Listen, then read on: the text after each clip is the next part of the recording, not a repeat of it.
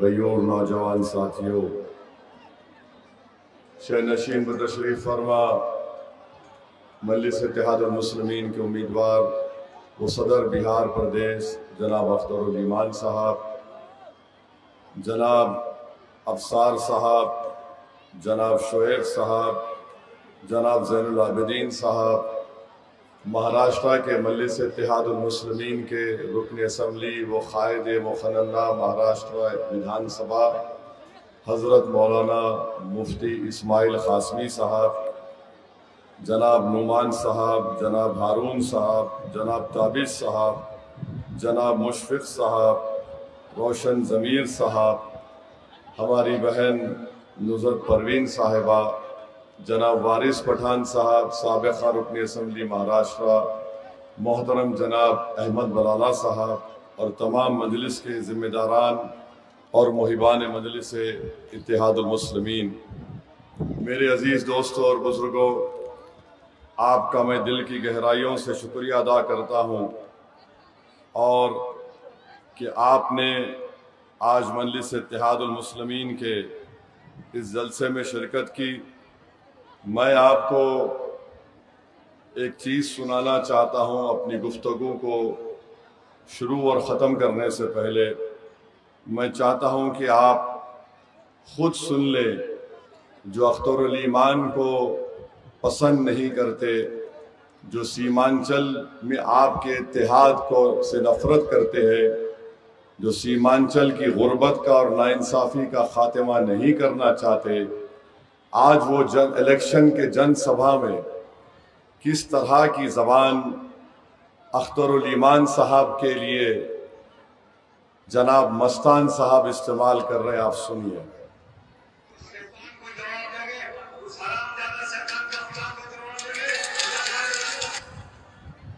फिर से सुनिए।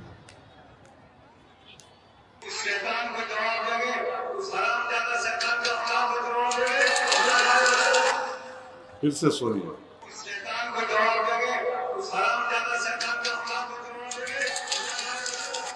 अख्तरुल ईमान को शैतान बोलते हैं और अख्तरुल ईमान साहब को वो जो हराम का लफ्ज़ है वो कहते हैं।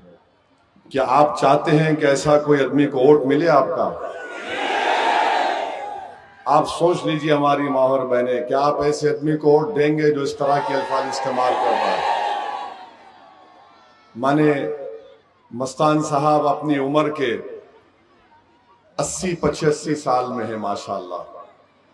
हम दुआ करते हैं कि अल्लाह उनको सेहत दे, मगर आज आप एक इलेक्शन के लिए किसी को शैतान और किसी को बकवास कह रहे हैं, क्या क्या कह रहे हैं, गाली दे रहे हैं। फिर से सुन लीजिए, वरना ये मजलिस के मुखालिफिन बोलेंगे कि ओवैसी कुछ करके लाया, नहीं करके लाया।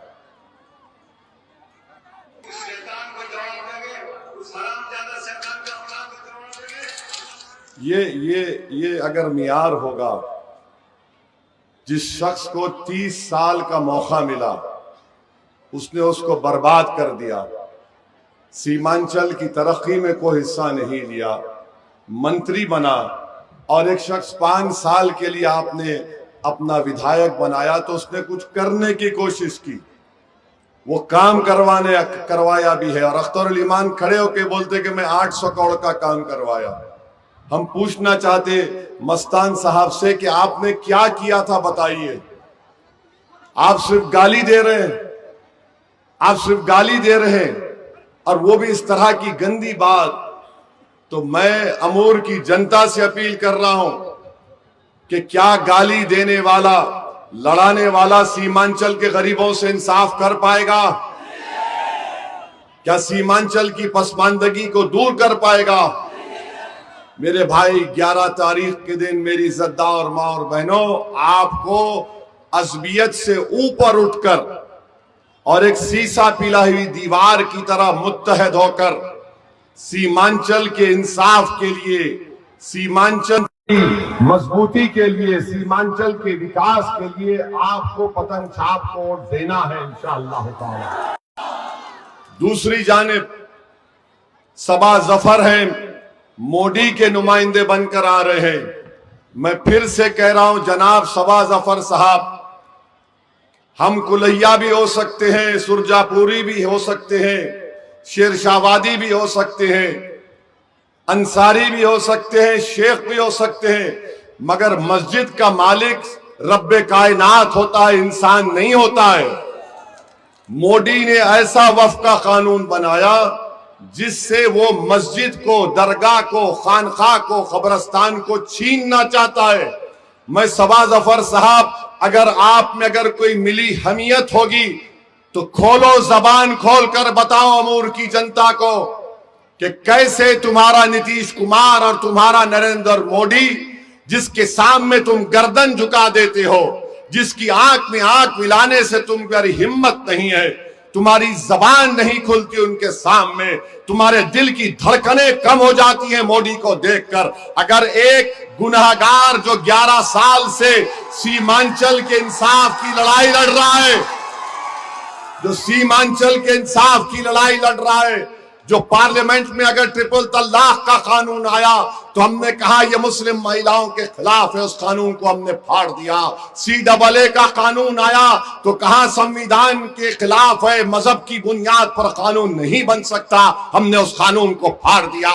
वक्फ का कानून आया, वक्फ का कानून आया तो 128 पेज की रिपोर्ट लिख कर दी हमने, पार्लियामेंट के वेबसाइट पर है। एक एक तरमीम को हमने आइन का हवाला, संविधान का हवाला देकर मोदी को झूठा साबित किया और दुनिया ने देख लिया कि भारत की पार्लियामेंट में अगर एक था ओवैसी, मगर तुम्हारा दुआओं से हमने, अल्लाह का करम हुआ, हमने सबके सामने, मोदी के MP के सामने, नीतीश के सांसद के सामने, राजद और कांग्रेस के MPs के सामने, 540 के ऐवान में, जिसको आज लोग गाली देते हैं, जिसको आज लोग क्या क्या कहते हैं, अरे जितना बोलना है बोलो, मगर एक तागूत के सामने, वजीर आजम के सामने अगर किसी ने उठकर कहा यह वक्फ का कानून मस्जिद को छीनने का कानून है, यह संविधान के खिलाफ है, मोदी मैं इसको फाड़ता और पार्लियामेंट के फर्श पर फेंक दिया। बताओ सबा जफर साहब, आप कुछ कर पाएंगे? सुभान साहब बोलते हैं कुलैया जीत जाएगा, सुरजापुरी को कामयाब करो। सबा जफर साहब बोलते सुरजापुरी जीत जाएगा, कुलैया को कामयाब करो। ओवैसी क्या बोलता है, मजलिस-ए इत्तेहादुल मुस्लिमीन क्या बोलती है, सीमांचल को कामयाब करना है, शख्सियत को नहीं करना है, इत्तेहाद को कामयाब करना है, अज़बियत को कामयाब नहीं करना है। और मैं आपसे पैगाम देना चाह रहा हूं, कब तक हमारे बच्चे पानी में, नदी में डूब कर मरेंगे? कब तक हमारे बच्चे स्कूल को जाते वक्त कश्ती से गिरकर पानी में डूब कर मरेंगे?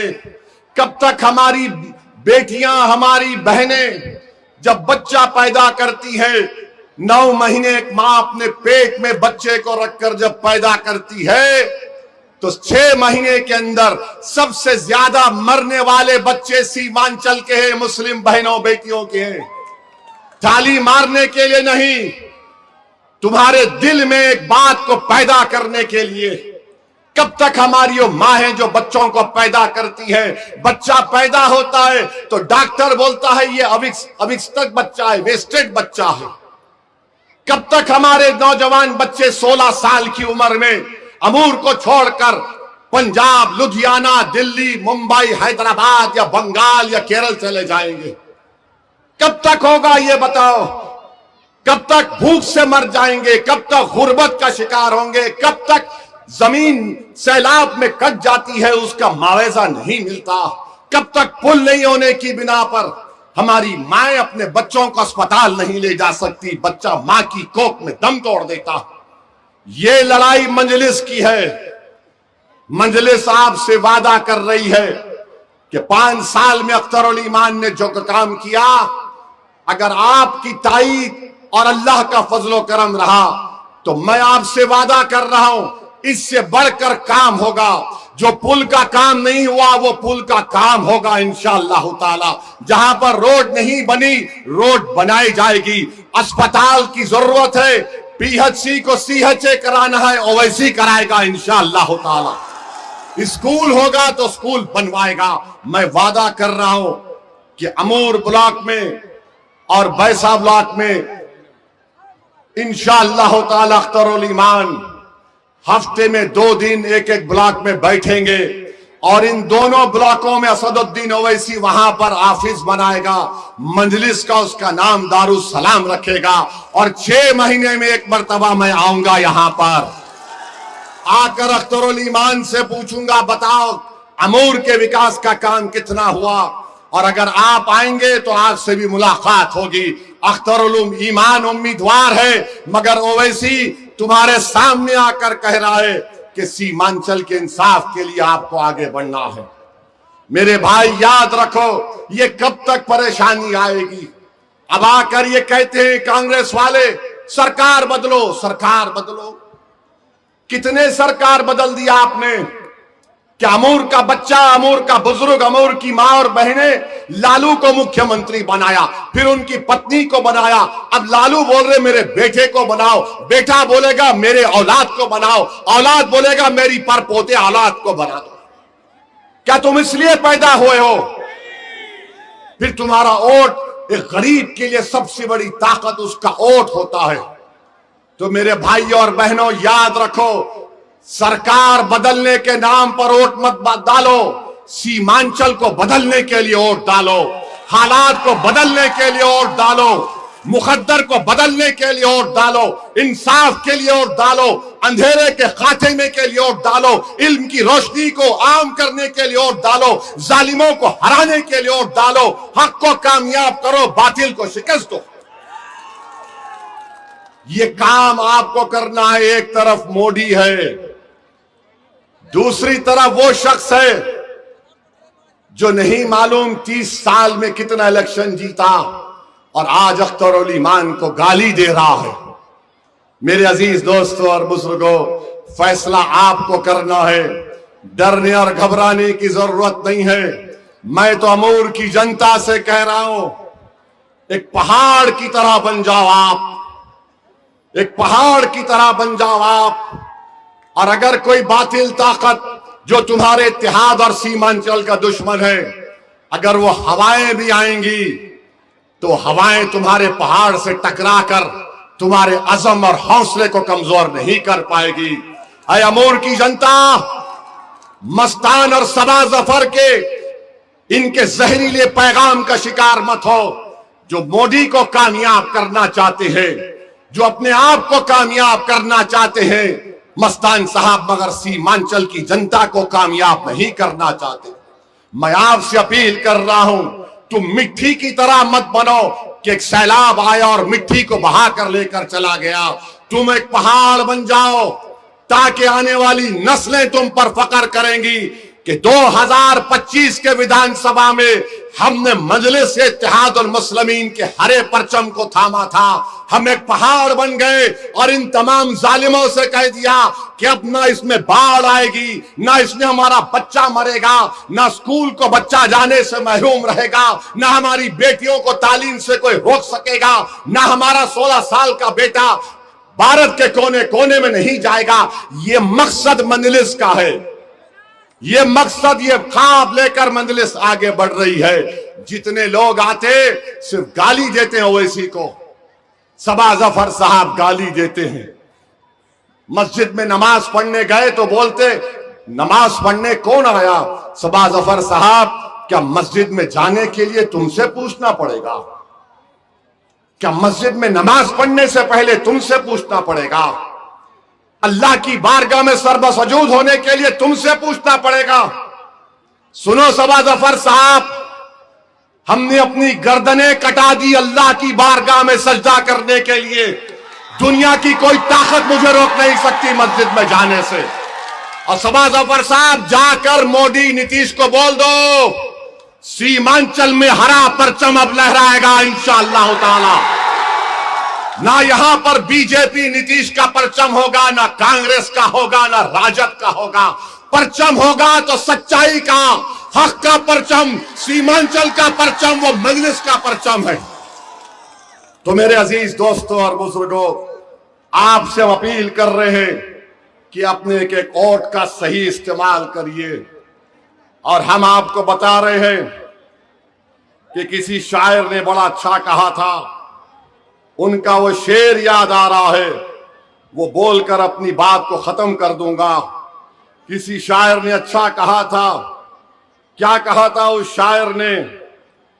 उस शायर ने कहा था, किताब सादा रहेगी कब तक, किताब सादा रहेगी कब तक, कभी तो आगाज बाब होगा। जिन्होंने बस्ती उजाड़ डाली, ये मोदी, नीतीश और कांग्रेस और राजद के लिए है।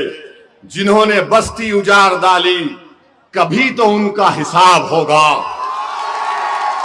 वो दिन गए जब हम सितम को, वो दिन गए जब हम सितम को अदाए महबूब कह के चुप थे।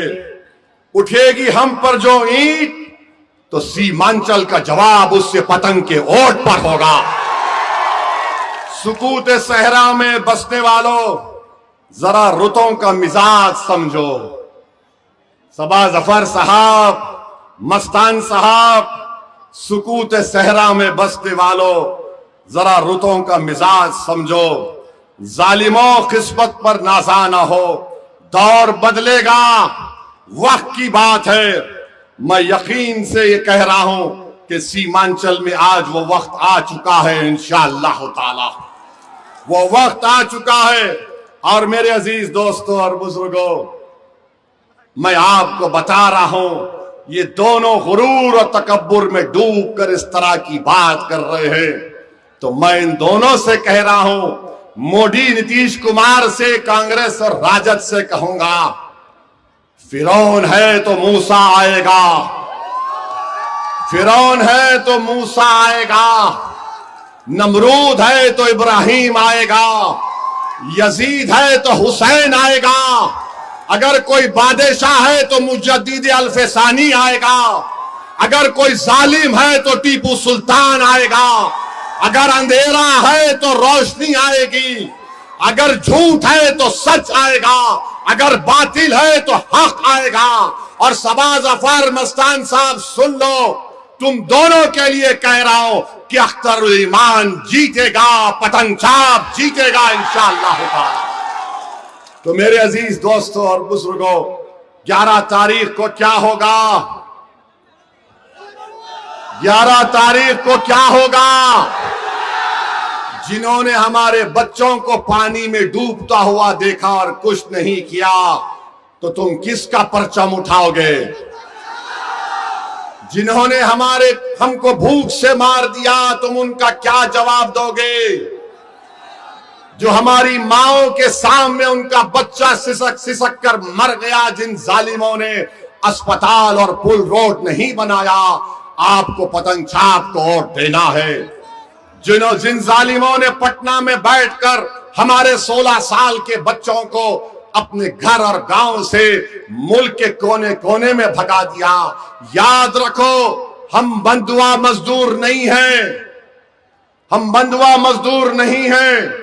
और जो लोग ओवैसी को गाली देते हैं, मैं तुमसे पूछना चाहता हूं, क्या सीमांचल में, अमूर में जो एक मुसलमान का घर है, कितना कमाता है? 2620 रुपये गवर्नमेंट का आंकड़ा है। उसमें से 50% लोग कर्जा अदा करते हैं उससे। कितने सीमांचल में मुसलमानों के बच्चे 12वीं का इम्तिहान मुकम्मल कर पाते? 90% नहीं कर पाते।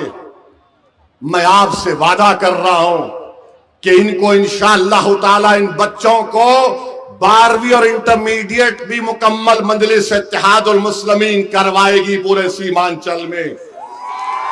मैं आपसे वादा कर रहा हूं कि इंटरमीडिएट तालीम मुकम्मल पर नहीं रुकेंगे। हमारा बच्चा साइंटिस्ट बनेगा इंशाअल्लाह ताला, ताकि वो ये देख सके कि आखिर क्या वजह है कि जमीन के नीचे जो पानी है उसमें यूरेनियम, आर्सेनिक क्यों आ रहा है। हमारी बेटियां डॉक्टर बनेगी ताकि ये जो मां और बहनें कैंसर का शिकार हो रही हैं, उनका इलाज हो सके। हमारे सीमांचल के बेटे इंजीनियर बनेंगे ताकि वो ऐसा पुल बनाएंगे जो मोदी और नीतीश राजद जो बनाए वो पुल पानी में बैठ जाते। सीमांचल का बेटा इंजीनियर बनेगा और ऐसा पुल बनाएगा कि सुबह क़यामत तक वो पुल कायम रहेगा। ये हम आपसे वादा करके जा रहे हैं। मैं आपसे सिर्फ यही अपील कर रहा हूं, एक तूफान की तरह उठ जाओ, एक सैलाब की तरह उठ जाओ और बता दो इन बातिल ताकतों को कि अज़बियत का शिकार नहीं होंगे। अमूर में आज ओवैसी तुम्हारे दरमियान में खड़े होकर मैं तुम्हारे सामने हाथ फैलाकर सीमांचल के लिए, अपने लिए नहीं, अख्तर के ईमान के लिए नहीं, सीमांचल के लिए मैं तुमसे हाथ मांग रहा हूं, वोट मांग रहा हूं। मेरे भाई, मैं हर एक की बात को बर्दाश्त किया, सबने मुझे गाली दी, कोई फर्क नहीं पड़ता, मगर अल्लाह ने मुझे जो मुकाम दिया है ये उसका करम है। मैं यही चाहता हूं कि अल्लाह ने मुझे काबिल बनाया। मैं लंदन को जाकर, लंदन में 5 साल रहा, कभी हैदराबाद को वापस नहीं आया। कई दुकानों पर मैं काम करता था, होटलों में काम करता था मैं, और मुझे उसका कोई गम नहीं है, बल्कि अल्लाह का करम था। कॉलेज की लाइब्रेरी में रात रात भर काम करता था मैं, और अल्लाह ने मुझे पढ़ाया, लिखाया, काबिल बनाया। तो मैं ये समझता हूं कि मैं मखरूज हूं। मैं ये समझता हूं कि जो अल्लाह ने मुझे नेमतों से नवाजा, अगर मेरी बैरिस्ट्री की डिग्री किसी गरीब को इंसाफ नहीं दिला सकती तो फिर मेरी काबिलियत कोई माने नहीं रखती। अगर मेरी काबिलियत, मेरी पढ़ाई लिखाई गरीब के बच्चे को तालीम मुकम्मल नहीं करवा सकती तो फिर क्या फायदा इस तालीम का।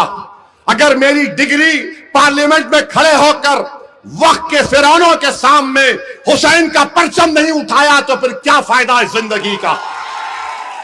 तो मेरे अजीज दोस्तों और बुजुर्गों, 11 तारीख के दिन इत्तेहाद को कामयाब करना, सीमांचल की मुकद्दर को बदलना है।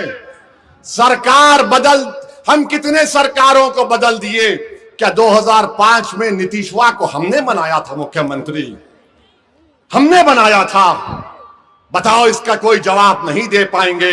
बहरहाल 11 तारीख को इंशाअल्लाह ताला पतंग के निशान पर बटन दबाइए और सुन लो जालिमों, सुन लो मोदी, नीतीश कुमार, कांग्रेस और राजद वालों, अब सीमांचल के घर घर में पतंग छाप पहुंच चुकी है। सीमांचल के दिल की धड़कन पतंग छाप बन चुकी है। अब सीमांचल का बच्चा बच्चा कह रहा है कि मैं ओवैसी से बड़ा लीडर बनूंगा इंशाअल्लाह ताला। सीमांचल की बेटियां कह रही है कि ओवैसी से बेहतर हम डॉक्टर, इंजीनियर बनेंगे, लीडर बनेंगे और बनेंगे इंशाअल्लाह ताला। मेरी अल्लाह से दुआ है कि मेरी आंख बंद होने से पहले अल्लाह मुझे इन तमाम चीजों को दिखा दे। और याद रखो सबा जफर मस्तान साहब, तुमने यहां की अमूर की जनता को बेचैन कर दिया, मैं तुम्हारे चैन को गारत करूंगा इंशाअल्लाह ताला। हम उस वक्त तक चैन से नहीं बैठेंगे जब तक सीमांचल से इंसाफ नहीं होगा। तो लगाओ मेरे साथ नारा, सीमांचल जिंदाबाद, सीमांचल जिंदाबाद, हमारा इत्तेहाद जिंदाबाद, कुलैया जिंदाबाद, सुरजापुरी जिंदाबाद, शेरशाहबादी जिंदाबाद, अख्तरुल ईमान जिंदाबाद, अंसारी जिंदाबाद, शेख जिंदाबाद, पूरी उम्मत जिंदाबाद। तो 11 तारीख को पतंग पर बटन दबेगा। और हमारे भाई ने हमसे पूछा, आपसे पूछ लें, किरण शाह, किरण शाह दुआ करी है, वोट दी है, पतंग छाप को वोट पड़ेगा ना मेरे भाई। हम इस उम्मीद पे जाएं कि 15 तारीख को यहां जाएं, आपके हाथ से मिठाई खा ले, हम सीमांचल को इंसाफ पर हम मिलकर लड़ाएंगे भाई। जिंदगी भर लड़ते रहेंगे, कुछ काम नहीं है, कुछ काम नहीं है हमको। और जो हमारे को गाली दे रहे हैं मस्तान साहब, 14 तारीख के बाद मैं आपके घर को आके मिलूंगा इंशाअल्लाह ताला। एक बेटे के तौर पर मस्तान साहब मैं आऊंगा आपके पास। हम आपको भी दावत दे रहे हैं मस्तान साहब, आप अल्लाह आपको सेहत दे, आप आ जाइए, आ जाइए, सीमांचल के बच्चों के लिए मजलिस में शामिल हो जाइए। सबा जफर साहब, आप कब तक मोदी का परचम उठाएंगे? कभी हक का परचम उठा लो सबा जफर। आओ सबा जफर, तुम छोड़कर आ जाओ मोदी को, ये गुनाहगार तुमको अपने गोद में उठाने को तैयार हो। तो मेरे अजीज दोस्तों और बुजुर्गों, मंजलिस को कामयाब करिए। हमको एक और दो जगह पर जाना है। अस्सलाम वालेकुम।